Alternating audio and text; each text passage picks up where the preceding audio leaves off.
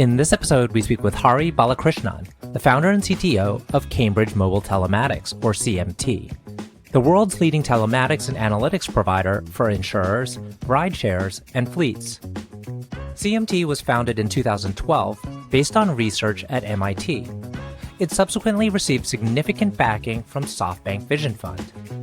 CMT's platform uses innovative mobile sensing, statistics, AI, and behavioral science to accurately measure driving quality, improve driving behavior, and help people in car crashes with real-time assistance. Hari has been a professor at MIT since 1998. He also co-founded StreamBase Systems, which was acquired by TIBCO. I'm your host, RJ Lumba. We hope you enjoy the show. If you like the episode, click to follow. RJ Lumba is the executive chairman of Market Insight Media and the managing partner of GrowthCap. He is the host of Great Entrepreneurs, a podcast for driven entrepreneurs and business owners. Our podcast covers all topics related to the entrepreneurial journey, from ideation to execution to optimization and to reaping the rewards of a well-run business. In the minutes ahead, we'll share with you unique insights and tactics from some of today's most accomplished and inspiring entrepreneurs. Hari, thank you so much for taking the time to chat with us today. It's a delight to be with you. A pleasure to be here. Thanks for having me. So where I'd like to start is the technology that you provide. I think it's fairly ubiquitous. People may not even know that they are using your technology through their devices if they are an end user of one of your insurance partners. So tell us about kind of your flagship technology and how it gets incorporated into some of people's daily lives. So at CMT, our company, our mission is to make the world's roads and drivers safer. And we do that by partnering with some of the biggest, most leading brands and companies in insurance, in the automotive industry, in commercial mobility companies, and increasing in the public sector. And today, our penetration is largest in the insurance space. So if you have an insurance policy from a company like a State Farm or Progressive or any of the other large or medium or small insurance carriers, and they have an insurance telematics program, chances are that it's based on technology that is developed and products developed by CMT. So for example, there are companies which have an app that can measure your driving, and sometimes it goes together with an IoT device, like a tag device. So State Farm's Drive Safe and Save is an example. Progressive has a Snapshot mobile program. That's another example of this. And all of that is powered by the products that CMT has developed over about the past 10 plus years. Mm-hmm.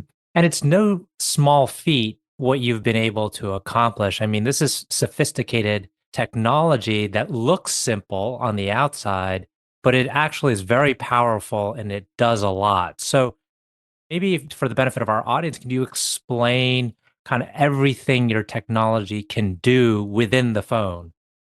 Right. That's a great question. So I want to first start by sharing a little bit of what is happening with road safety in the US and around the world. If you take, for example, 2019, and you compare that with 2022, even though cars have become a lot safer with a lot of technology in the car, not a lot of people know that per mile or per kilometer driven, crash rates, serious crashes and fatalities have actually gone up 20% per mile driven in that time frame. There's a large number of reasons for that. In fact, taking a step back and going further back in time, from about 2010 or so, the rate of crashes has actually been rising on American roads. And that's also true in many other countries. If you think about what changed around 2009 and 2010 timeframe, it was the advent of the smartphone. And these things, I call these things weapons of mass distraction. And people are addicted. And often they're addicted while driving. And that's really the core of the problem. But in addition, people have become less attentive while driving.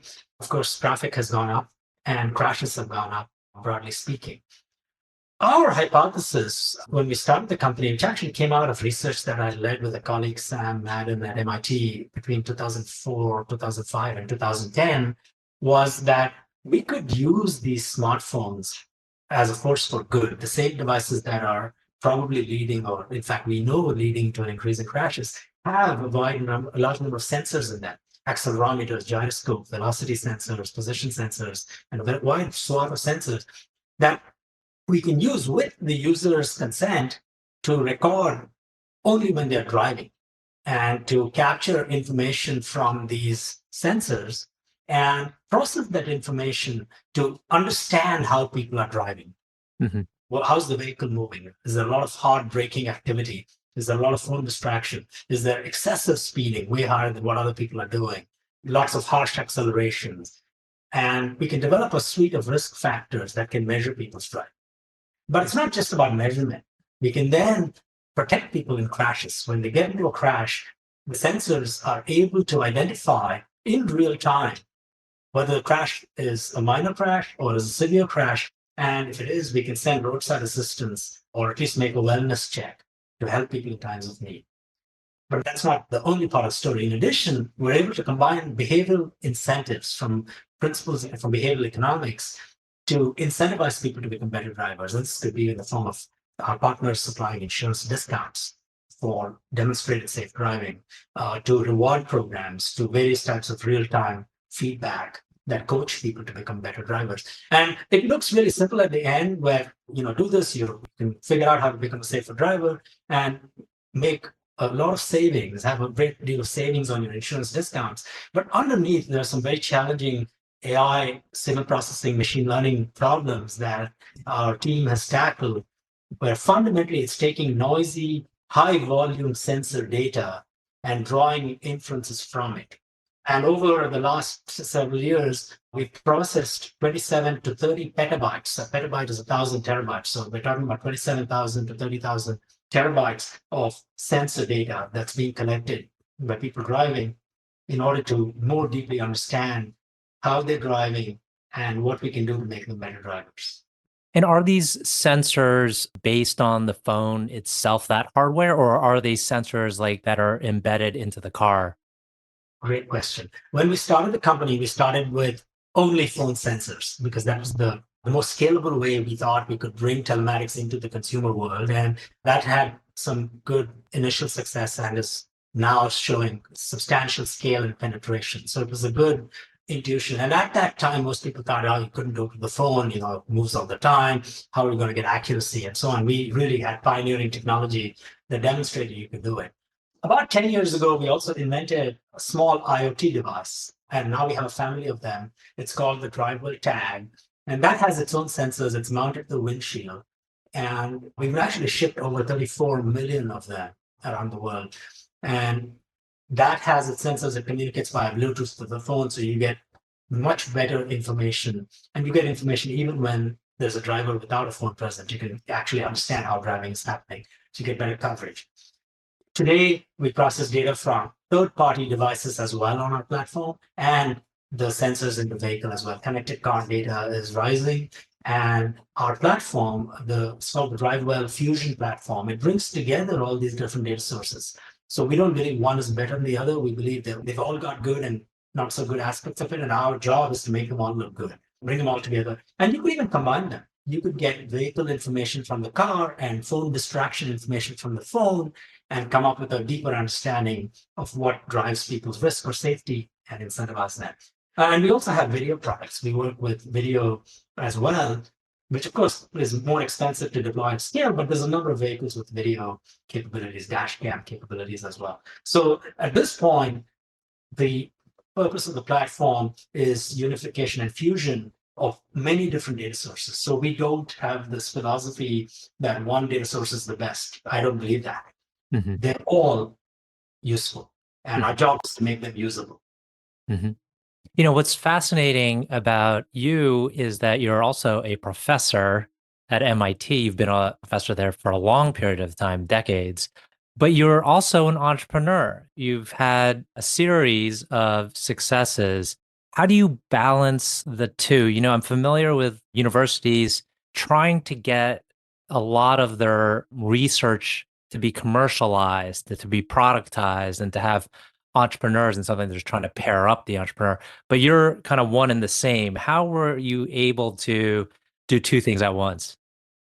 Well, if you think about it fundamentally, many academics, many professors, you have to be very entrepreneurial to be a successful professor in a research-oriented institution. Of course, there's teaching, and that's critically important. And we all love teaching. If you're an academic, you like teaching. But on the research side, being entrepreneurial is important because you join a university and you're given some amount of startup resources. And after that, you're on your own. You got to go find your funding, recruit your group, manage them, have a vision for where the research is going, put it together. The products, though, are number one, the students who come out of it, and number two, the papers and other artifacts that you produce out of it. But 80% of that job is very similar to entrepreneurship, except over a different time scale. Academia and research runs on a longer time scale. So when I'm with my professor hat on and my research hat, I'm not looking to influence a product next year. I'm looking to influence industry in 5 to 7 or sometimes 10 years. It takes time. And I don't want to be doing things that I can productize next year because companies ought to be doing that. Some professors, and I think there's an increasing number of them, are also really into direct entrepreneurship as opposed to entrepreneurship where the students go start something or they're a technical advisor or they help start something and after that it goes off on its own. There's nothing wrong with that. It's a great model. Some of them licensed to other companies. But my approach, and I think we see that in a number of professors, is I love the ability to take something into the real world and deal with those challenges. So for me, it's about learning. It's about understanding the journey. There's a lot of similarities. There's some key differences. But, I've done that. I should say MIT is really fantastic, a fantastic place to do something like this because broadly speaking, it's a very supportive environment for this. There's a encouragement given to professors to, have their technology see the light of day. It's one of the key aspects of, I think our motto is mind in hand, mens et manus. And so it's really about making sure we're able to have an impact on the world in practice. And, there are rules that we follow around conflict of interest. So I keep separate my academic activities completely from my entrepreneurship and manage my time. And in a company, it's not about the individual, it's about the team and making sure we have an amazing team that does it. But I've enjoyed it. I've had this one foot in industry in one way or another for the past 20 years, and I've been a professor about 25. I think actually the past 23 years, I've been involved in some company or another. Mm-hmm. And are there some kind of unique advantages? Like, for example, you can identify some of the top talent among your student body as you're teaching them, and you say, hey, listen, like, you'd be a great fit for one of my companies. I don't do much of that. I mean, when I teach students or when I advise students, I'm really much more focused on what's good for the student. Mm-hmm. Of course, in some cases, it's good for them to join a growth company or a startup. Sometimes it's a big company. Sometimes it's go become a professor. So it also depends a lot on the student. So I do find that many students outside of my own classes come and talk to me a lot because they are interested in career choices in industry or understanding startups and so on. I learned over the years never to give direct advice to anyone, never tell anyone what to do. Tell them all the possibilities and let them figure it out. I never actively recruit that way to my company, partly because I like to keep those worlds separate.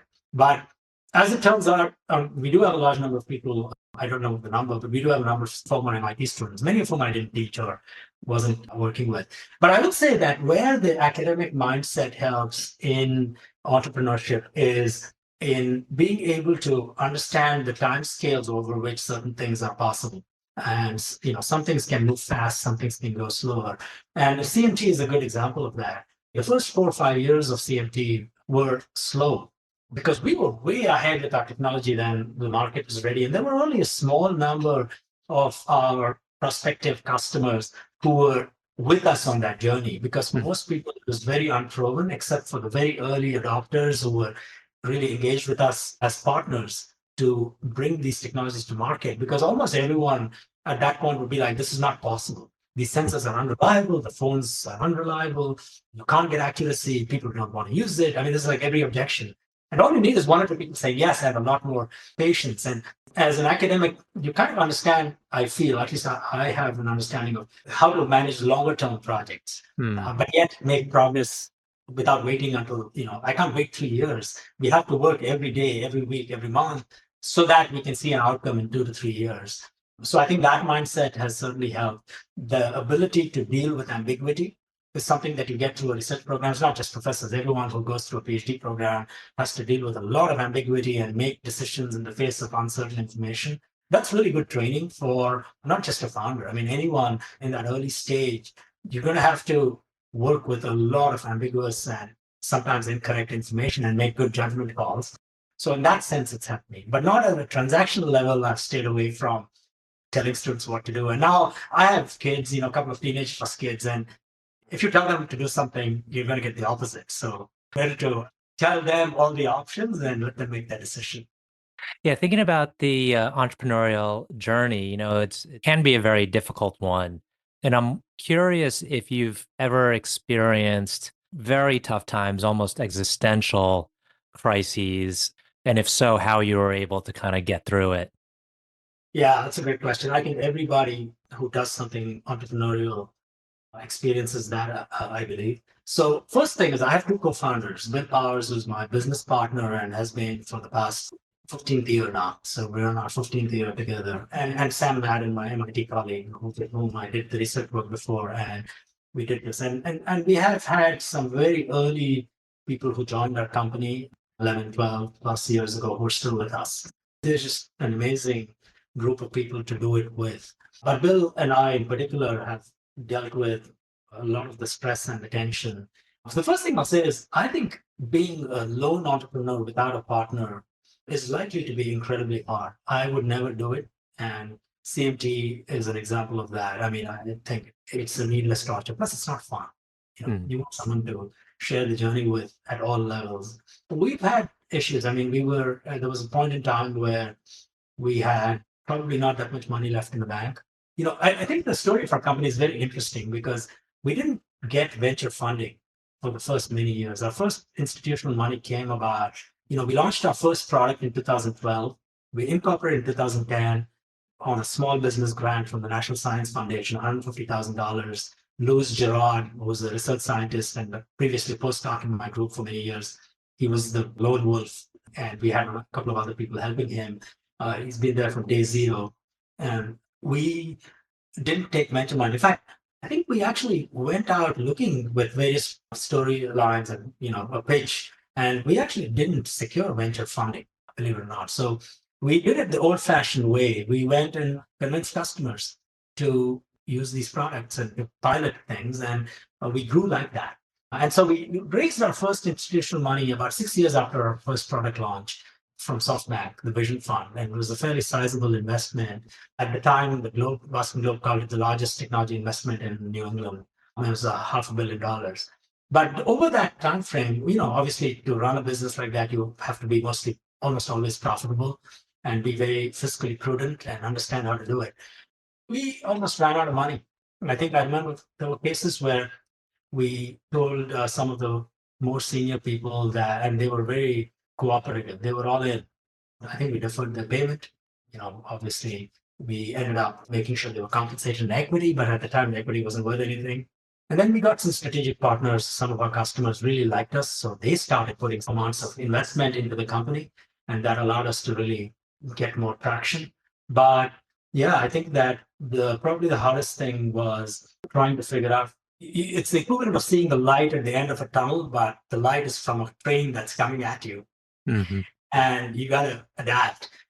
And I think a huge amount of credit to my partner, Bill, and to our team for understanding it. And of course, you don't want to share all of the tension with everybody because then they don't get to do their job.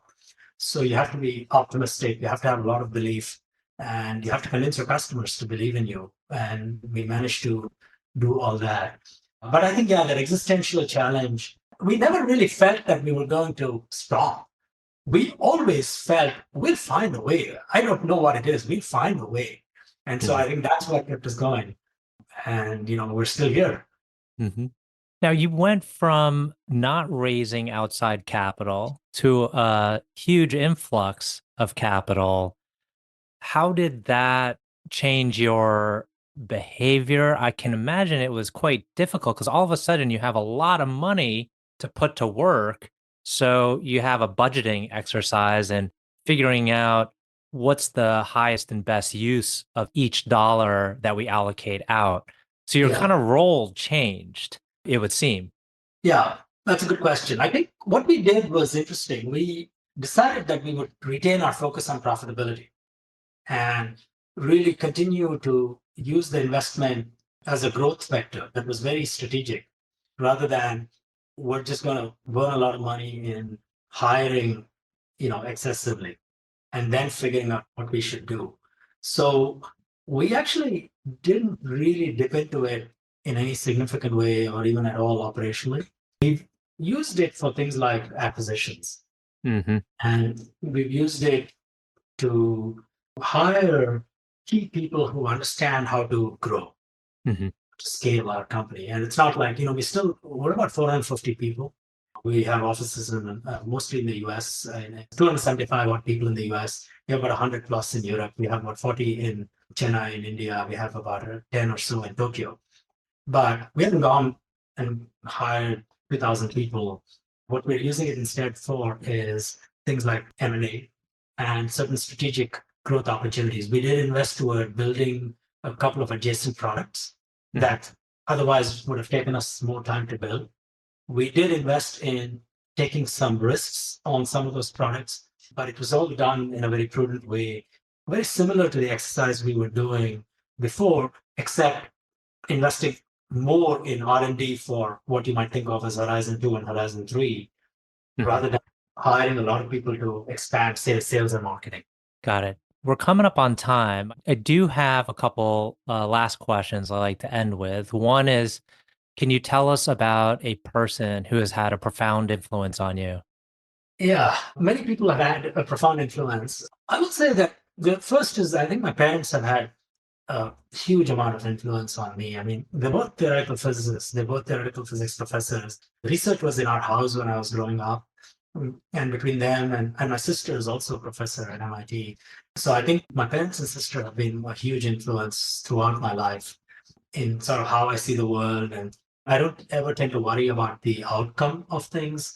I tend to focus much more on the methods and the process to get that. Because, the way the research side of the world works is, especially in those types of scientific areas, you don't actually know what the outcome is going to be. You may have some ideas, but it's really about enjoying the journey and struggling through it. So that's the biggest influence there. But the other side is, I think groups of people have had a lot of influence on me. I think my students, especially my PhD students, have been just unbelievable people for me to learn from. Because they each come in and at the end, they know a lot more about certain things than I do. They become the expert and I learn from them on those things. And then on the company side, I've learned a ton from our customers. Every time I talk to them, just learn so much. So, I mean, my colleagues as well. So it's just people who have influence on me, broadly speaking, are the people who I've learned from. And there are many such people. Excellent. Last question. Can you tell us about a charity, cause, or other endeavor that you're passionate about?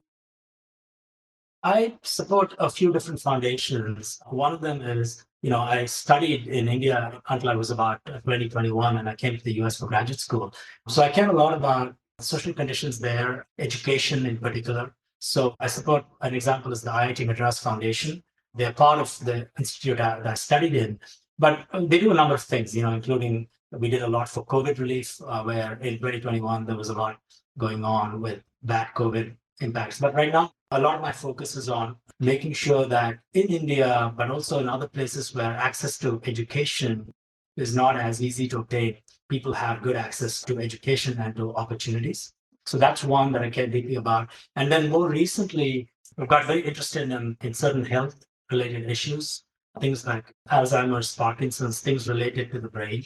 And I'm increasingly getting more involved in both understanding that and seeing what I can do to be a tiny, tiny piece of helping improve health outcomes, particularly related to mental health, broadly speaking, brain health and mental health. Fantastic. Hari, want to thank you again for taking the time to chat with us. This has been a wonderful conversation. You're welcome. Thank you for having me.